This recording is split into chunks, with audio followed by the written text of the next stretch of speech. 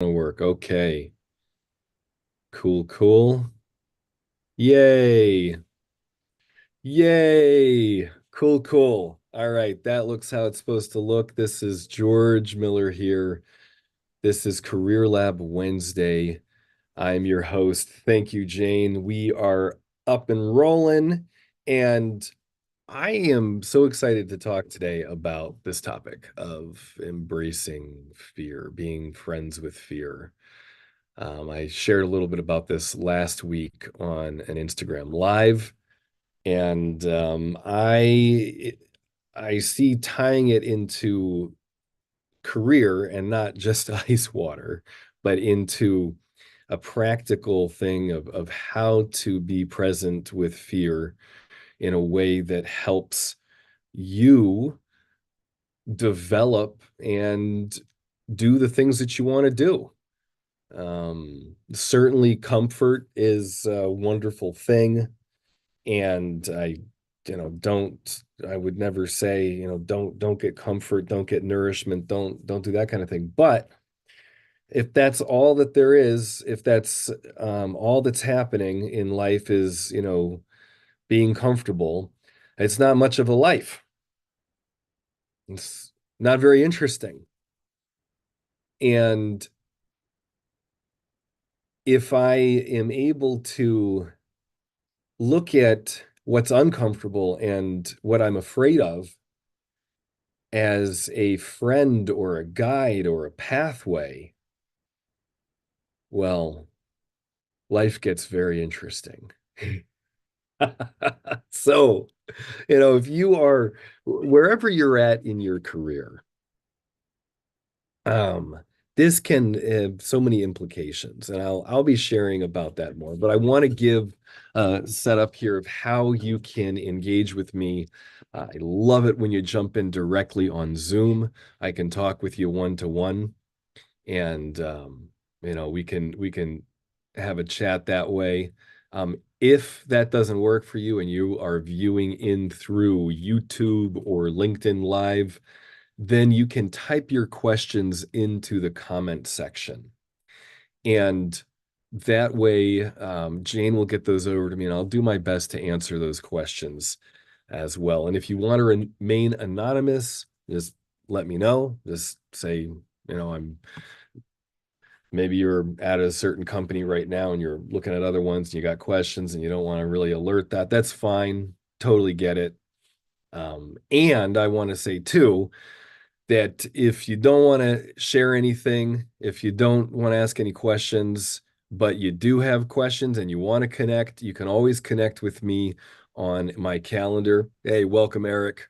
You can always connect with me for a call, and I'm happy to meet with you and help you as much as I can in a 15-minute call. And if more coaching is something you want, then we can discuss that there too. So I am stoked to jump into today's topic about how to use anxiety or how to use risk taking. How do you embrace risks in your career? Because they're all around. You could, if you're at a company, you could always want to go to another company. Or if you are at a company and you're wanting things to go a certain way there, what are the kinds of risks that you would take to have you get more satisfaction in your role and have you able to influence things the way that you want them there? So what are meaningful risks? So if we look at ourselves as I am used to engaging with the world in a certain way. I have a certain view of my personality, and this is the type of person I am. I um I don't necessarily speak up in meetings, and I wait until people ask me questions. That might be one kind of, you know, type of person. And then maybe another one is I am always, giving my input. I'm always saying what I think. I'm always, trying to drive things forward. Okay, so that's another kind of way of being. And the general idea that I'm introducing here is that whatever your go-to way of being is great in a lot of ways, but if you are able to shift into other personality styles or other ways of communicating, you will likely be uncomfortable and you will likely be more effective than if you stick with one mode of being. So taking a risk for somebody who doesn't speak up in meetings, that might look like starting off with a small risk of simply verbalizing your agreement with something. So let's say there's a discussion going on and somebody says, hey, I think we should do this. I think we should go in this direction. And you're like, you know what? I think so too. Would actually be to say that and say like, I agree. And you might notice that that's a little outside your comfort zone. And that could be a meaningful risk for you to take.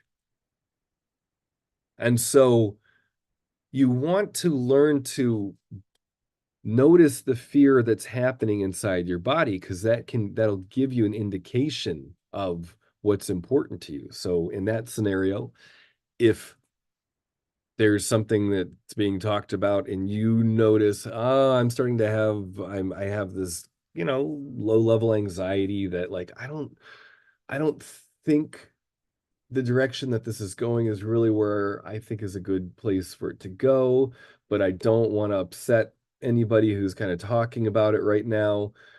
And being aware of, oh, I have a fear of speaking up because of rejection or whatever, or I don't want to piss somebody off.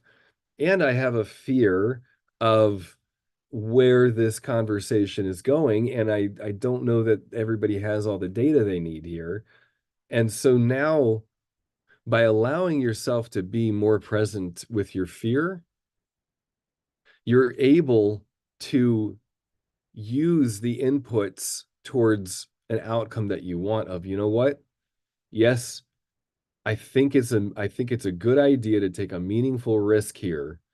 I'm going to be a little outside of my comfort zone, but I'm going to speak up. I'm going to agree with something or I'm not going to agree with something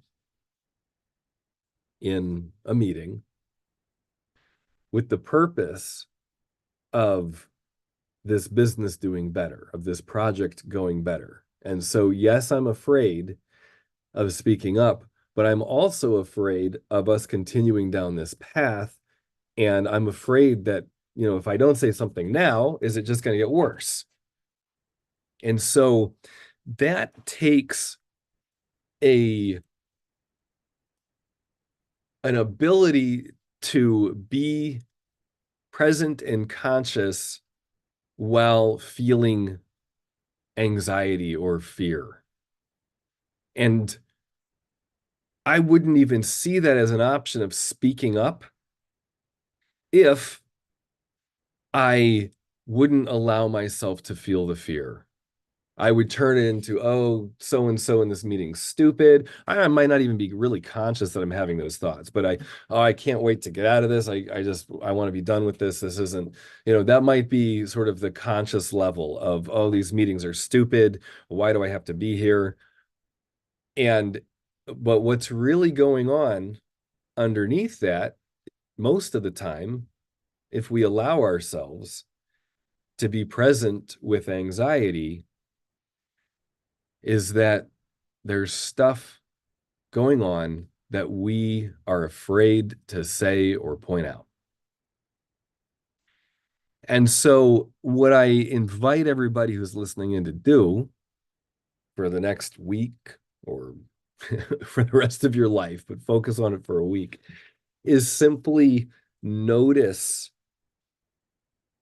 your anxieties while you're in meetings. Just start to get a lay of the land and be suspicious about yourself. Like maybe there's more going on internally. Maybe there's more going on with me and my reactions to things than I thought. maybe there's a whole kind of world happening in my unconscious that I haven't been aware of. And just that, see, right there is leaning into fear and kind of taking a risk within myself to be with more of the discomfort. That's why we picked for today's topic this iceberg, this idea of the unconscious mind. And I love the image of the iceberg because it took down the Titanic because they weren't thinking about how much ice is under the water and how powerful that is. And so as we're going through life and for us to be more aware, in that case, in the Titanic, you know, to pay attention to the fears. They weren't paying attention to fear. They were being gung ho and saying, "Ah, we got this. This ship is huge. It's going to be fine." Da, da, da. There's all kinds of things that if people had spoken up more, if people had challenged authority more and said, "Hey, no, there's some serious issues with the design of this boat." If that stuff had happened, well, it would have been a good idea. A lot of people's lives would have been saved, etc. And so I think this image of an iceberg is relevant in so many ways for this conversation of embracing risks in career. Because it's also then in the unconscious realm where we have so much hidden potential. So if I allow myself to be increasingly present with my own anxiety, then I become more aware of how I can influence things. I become more aware of other people's concerns. If I let myself be aware of my concerns, I can start to see other people's concerns. And then I know how to talk to them in a way that is establishing rapport and having us be on the same side and say, hey, we're working on this issue together. And so that I think is incredibly powerful. And again, the price that is paid is taking a risk.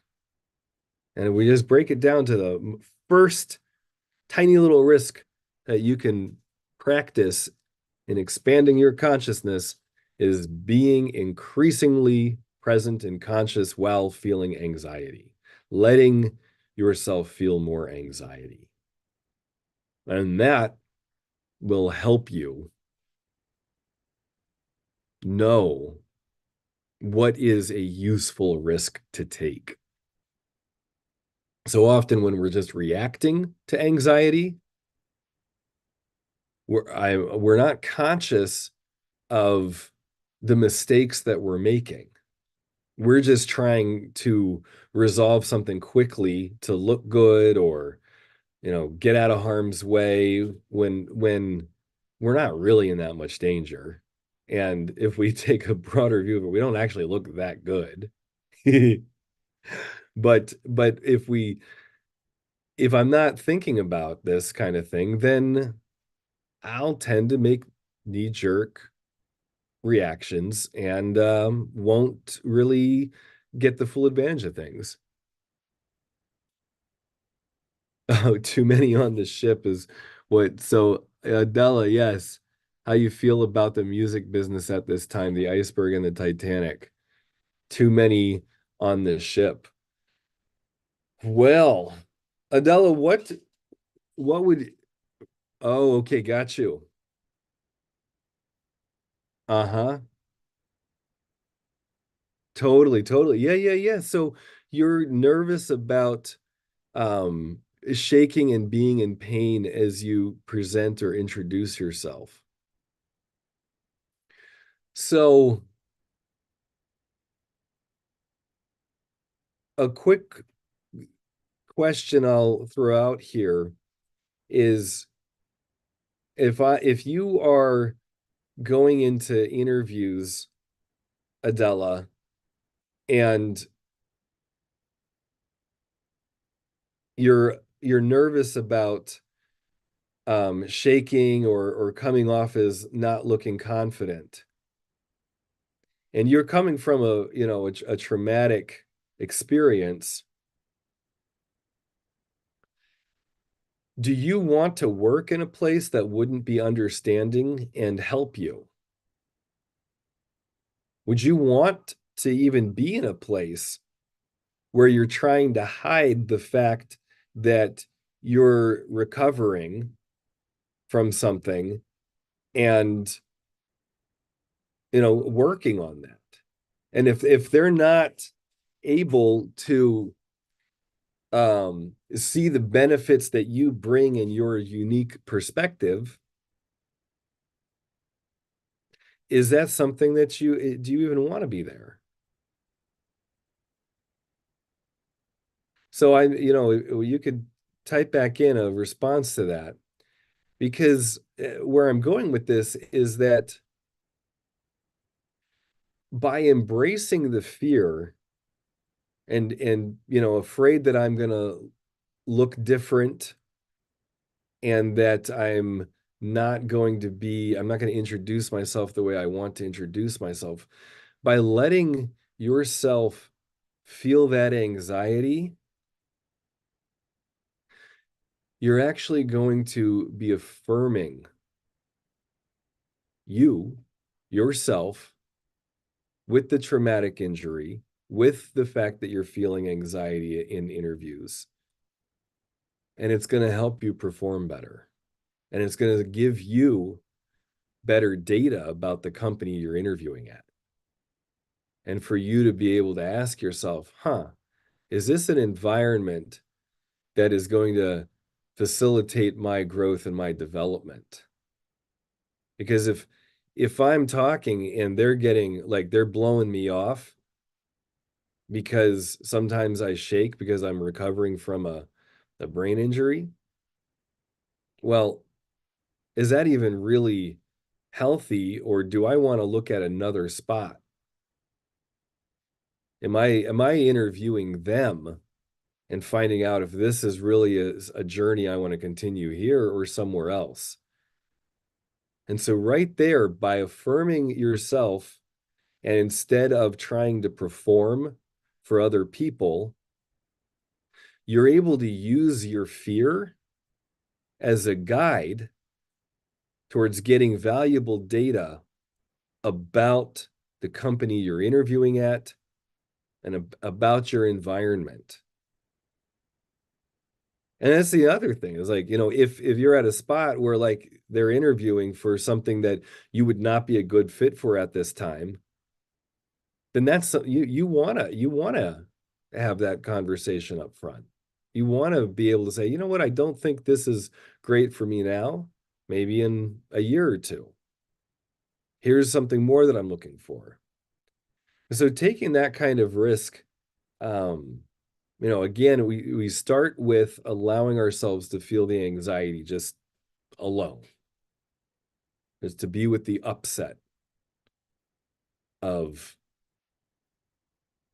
imposter syndrome or whatever kind of internal thing we have, just to allow ourselves to feel that instead of trying to run away from it. And then I will be more effective because I will have affirmed myself simply by allowing myself to feel the anxiety. So I hope that's helpful. Thank you for chiming in.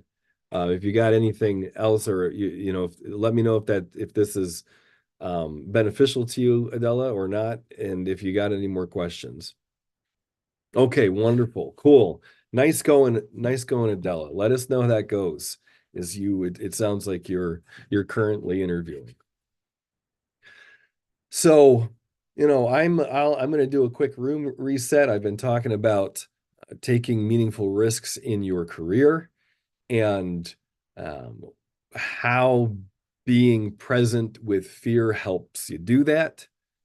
And I want to say that for everybody who's joining in on the live streams, if you want to, you're welcome to jump in directly on Zoom here. I love connecting with you that way. If you got questions, you can talk to me one-on-one that way. If not, but you want to get coaching services, you are able to type your questions into the comment section, and I will do my best to address your questions and concerns that way. And you can also set up a time to talk with me on my calendar. I do 15-minute calls just to get to know you. And sometimes I'm able to help you shift into a more beneficial direction for yourself just in a few minutes. And I love doing that. That's fine. And if you want to continue the conversation, we can talk about that. We can look at other next steps. So those are some ways to engage with me. And I'm going to share more about taking meaningful risks. But I want to check in. I see that we've got Eric on here, and Eric, I know you pop in, and sometimes you're able to share updates while you're here. So just want to open the floor to you if you're able to, and if not, totally get it. Uh, no, yeah, I appreciate it, George. I really don't have any updates for today. Just kind of listening in, taking everything in. How's it going with being brief? It's good. I finished the book, but I say put quotes around finished. It'll definitely one that I'll be referencing for future conversations. But it was really good. Would Right on. recommend. Do you when you are being brief, do you notice your anxiety go up? Oh yeah, absolutely. Okay, totally. So can I talk a little bit about that in the context of today's topic? Yeah. Cool. So Eric is working on bottom lining things and being literally brief, like with communications. And so, like what I was saying earlier, is it can be helpful to identify what kind of personality I am and what's already comfortable to me. So Eric's good at having lots of data, giving people a lot of information, wanting to make sure that people understand the whole picture behind whatever his feedback is. And that's great for that type of personality. But for example, if Eric was was working with me, now I'm trained in listening to data, so I can do it, but it's not my go-to. Um, what Eric's working on is stepping out of his comfort zone and being more present with the anxiety that he feels as he gives 3 examples of something, as he gives a limited amount of detail and says, okay, here's the most important communications, and then lets it sit with the person. Instead of explaining and speaking into the empty space and speaking into another person's thought process, he is just delivering high level information and allowing that person to process it. And then, if they so choose, if they need to, they can ask him more questions. But now with that process, it's a partnership, it's a relationship. And that is a higher level skill, is to be able to communicate back and forth with somebody, to have a dialogue in that way. And so that's what he's doing. And so I think the important thing to underline here in this conversation about taking meaningful risks in your career is that it doesn't have to be a big thing. It doesn't have to be a big jump. I'd say 50% of more of the people I talk to fantasize big career moves and have big ideas about what it's going to take for them to be happy. And it's like, okay, I'm going to really take a big risk now. There's nothing wrong with that per se, but it just so often isn't effective. So the skill that Eric's talking about and that we're talking about here today is that we want to identify like little baby risks, little micro risks in our interactions with other people that we can take, because you do those little risks and it's actually going to help that big risk happen and set the groundwork for that big risk for you to be able to handle a bigger risk. So we want to look at what are the things that I can do that are outside of my comfort zone, but are taking me in the direction that I want to. And it's again, it's so easy to put off these little risks, right? Because they're just little risks. I don't have to do, I could, I don't want to do it today. Today, I'm just going to kind of avoid like being with my discomfort, and I'm just going to kind of numb out and get through today. And I'll just kind of do the tasks I know I need to do. And, I'll get to that tomorrow. Well, we all know that one and know that that can go on forever. And so then we never get where we want to go. But to be able to understand that I can identify just a few things each day that I'm going to do differently in the service of what I really care about. That's a big deal.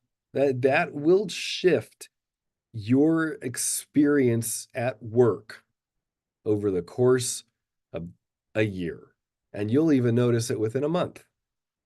Is to break things down, break down what are the meaningful risks that I can take. And I'm going to go even more micro on this. So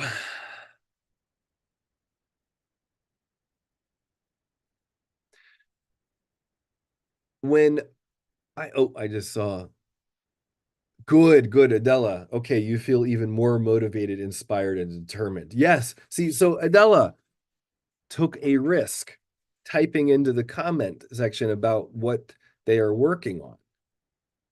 And that risk then pays back immediately. It's a little risk, but it pays back and it gives energy and it's motivating. It's like, oh, it's life-giving.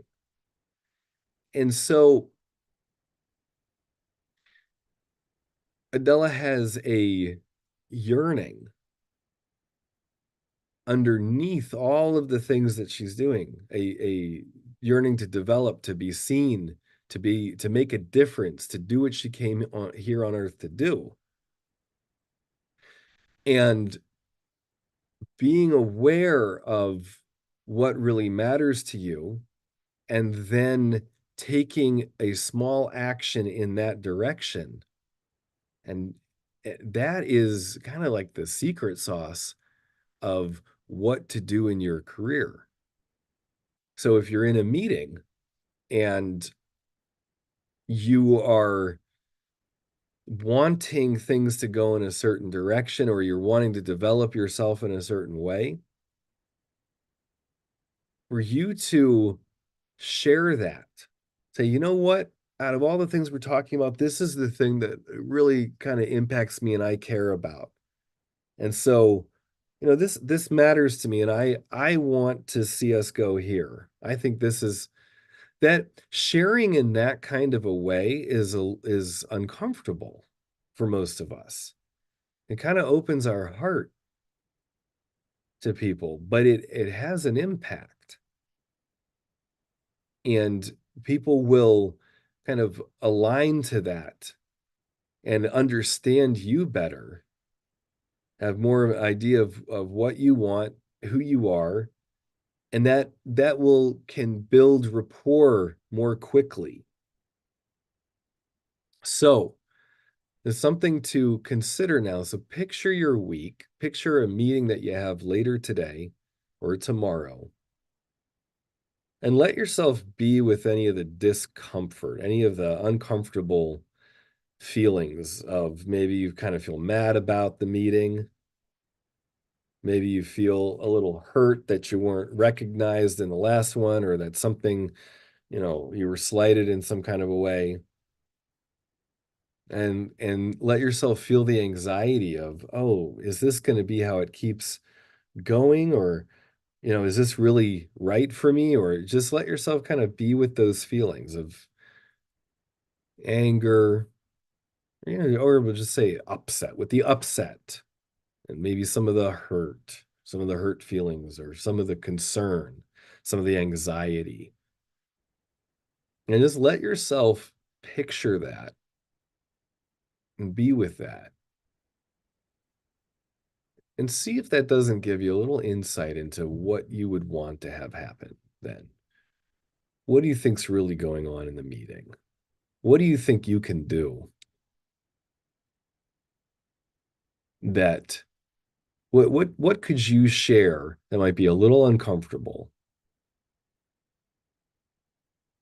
that will help you influence or be known, be understood, make contact with other people in the group? And just picture that.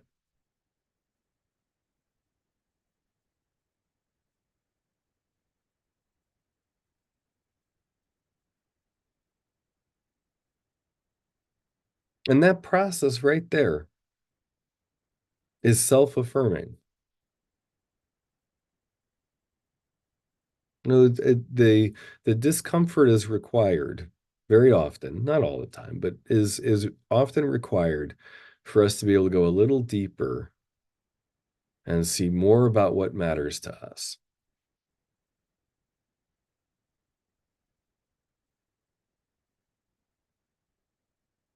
So I'm going to share a little more about my journey with anxiety. And I want to say again, though, that if anybody has questions, you can jump in directly here on Zoom or type your questions into the comment section in LinkedIn Live or on YouTube, and I will do my best to get to them. So, as some of you may know, I like jumping into ice water. I've been going into Lake Michigan now for 2 years during the winter. And I had somebody ask me a question yesterday on Instagram because they saw there's like these, moving chunks of ice. Actually, let me see if I can probably share this, right? Let me see if I can share this. So, I'm out in the lake, and they ask this question about these moving bits of ice, and am I not afraid of going into of that, harming me in some kind of a way? And my response was, yeah, I'm definitely afraid. Let's see. Share screen. Here we go.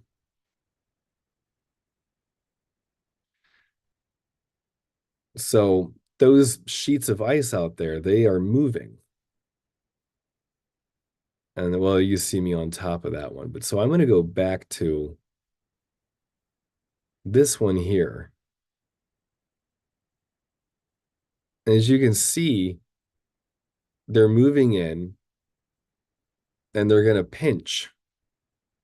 And so I climb on top of them, and then somebody asks, "Are you not afraid?" I was like, "Oh no." I was definitely afraid. I was definitely afraid. And I'm using the fact that I'm afraid to be aware of my surroundings. So when I got in, I realized, okay, some of this ice is thin enough that I can just break through it and I can't walk on it. And some of it is thick enough that I can walk on it. And I see that it's all kind of moving around. And so, yeah, there's a good chance that these are going to bump up against each other, and that could be dangerous.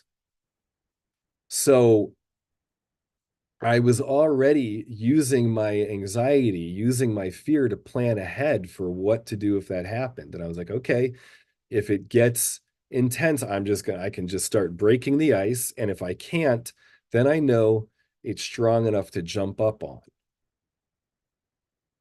And because I don't know, like that much ice and in water like that, that could potentially crush my ribs. That could be very dangerous.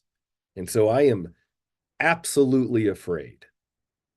And I also know that I can't, that moving really fast and kind of panicking isn't going to work because too many things can go wrong. So I know that I have to just be very aware and present and with my anxiety. I don't want to be just reacting to it. I want it to be guiding me. And so I'm absolutely afraid. There's no way I would go into ice water with giant chunks of ice and not be terrified. I'm terrified's not, I'm not terrified, but I'm afraid. I am definitely afraid. And again, I'm using that fear as a guide and I'm testing it. Yeah, I wouldn't have gone out there if I didn't think I would make it, but I was like, you know what? I'll be able to handle this. I know the spot. You know, it's you can't see it in this video, but um I know the spot and I know that it's not going to have any sudden shifts of water. It's in a little inlet. So I know that the movement happening, that I can kind of trust that movement, that whatever the water is like right at that moment, that's kind of be the feel of it. And so again, my point with this is that being friends with fear is not only is it important, we're doing it all the time already. And so simply by allowing myself to be increasingly present with the fear, it's like I get more out of life. I get more data and I can be more effective. And you'll hear me say probably again and again, but one of the reasons I go into ice water is just for the practice of it. Just it every time I'm afraid, every time I go in. And so I am training my body to handle anxiety in a very straightforward kind of way. And you'll also hear me say that I find interacting with human beings more unpredictable than ice water. Ice water is, it can be, I know what it is. I know the price that I'm paying when I get into it. I know it's going to be uncomfortable. I know that the discomfort comes first and then the clarity and joy comes soon after. And it does it every freaking time. And it's uncomfortable every time, but I know what I'm getting. Human beings, we are not that straightforward. We are way more like the iceberg. You can see what's up top, but you don't really know what's going on with people. And so interacting, I find people are like, "Oh, you're so courageous in ice water." It's like, not really. Like I think interacting with people and taking meaningful risks with other human beings and sharing what's important to us, I think that is more courageous than going into ice water or running a marathon or whatever. I think all this stuff is great. I think physical activities, yes, do it. I was just looking up the woman who was swimming in Antarctica like for a mile or something. Like, oh my God. I mean, that's totally courageous. Yes, that is a, something very brave to do, I believe. But I think simply interacting with other human beings in a taking meaningful risks with other human beings is more courageous because we have One of the biggest pains that we have is social rejection. So relationships are incredibly important to us. Like just just phenomenally important to our survival. And so to take a risk that could disrupt the security, the stability that I've already built up in my life so far, that is courageous. The taking a risk that might result in me being misunderstood, I think that's way riskier than jumping into Lake Michigan in the winter. So I do that just as a practice to be with my coaching clients. I do that just as a discipline to, train me to be more and more present and conscious with other human beings. I think that is a much more courageous thing to do. So I hope so. So totally. So Adela and Eric, thank you for sharing today. I hope that you take that into whatever conversations you're having, is that, it is to step outside of our comfort zones as human beings in social relationships is a risk. It requires us to be present with our anxiety in meaningful ways. And I applaud everybody who is doing that. So many blessings, everybody. I do want to throw a link in here um, before I sign off today. Right on. Thank you, Eric. Rock and roll. Go get them. Um, I am doing um, coaching specifically around how to go into ice water and using the experience to have breakthroughs in your mindset. And so you can check that out. Be one with your fear, ice water. There's a link there. I'll be sharing more about that and updating that page soon. And so for everybody who's listening in, who's in Chicago, so I'm not going to do this immediately, but you got some time to think about it because the lake stays freaking cold all the way up through midway through April. I mean, significantly, if you haven't gone in before, it will be an amazing experience for you. Even then, even if it's 60 degrees outside, the water retains the cold for a long time here. That's why when going out to the lake, you'll see all the people salmon fishing out there because the salmon follows the cold water around. And for whatever reason, it hangs out here in Chicago for a good chunk of time from now until mid-April. So I'll be taking you in either midway or towards the end of March and beginning of April. And so I'll be giving you updates on that. All right. Well, everybody, thank you for joining in today. This is Career Lab Wednesday, talking about being present with your fear, being one with your fear, being friends with your fear, having your fear guide you into making meaningful interactions with people at work, with your loved ones. And again, the first step is simply embracing your fear a little more than you already do. Is being aware of what's going on, being aware of your fear, of how that feels in your body. What is going on with George Miller as he's feeling anxiety? So you ask yourself that question, Adela, what is going on with Adela as I'm feeling anxiety? Just start there, getting a lay of the internal landscape of yourself. All right. Well, blessings, everybody. Good being with you today.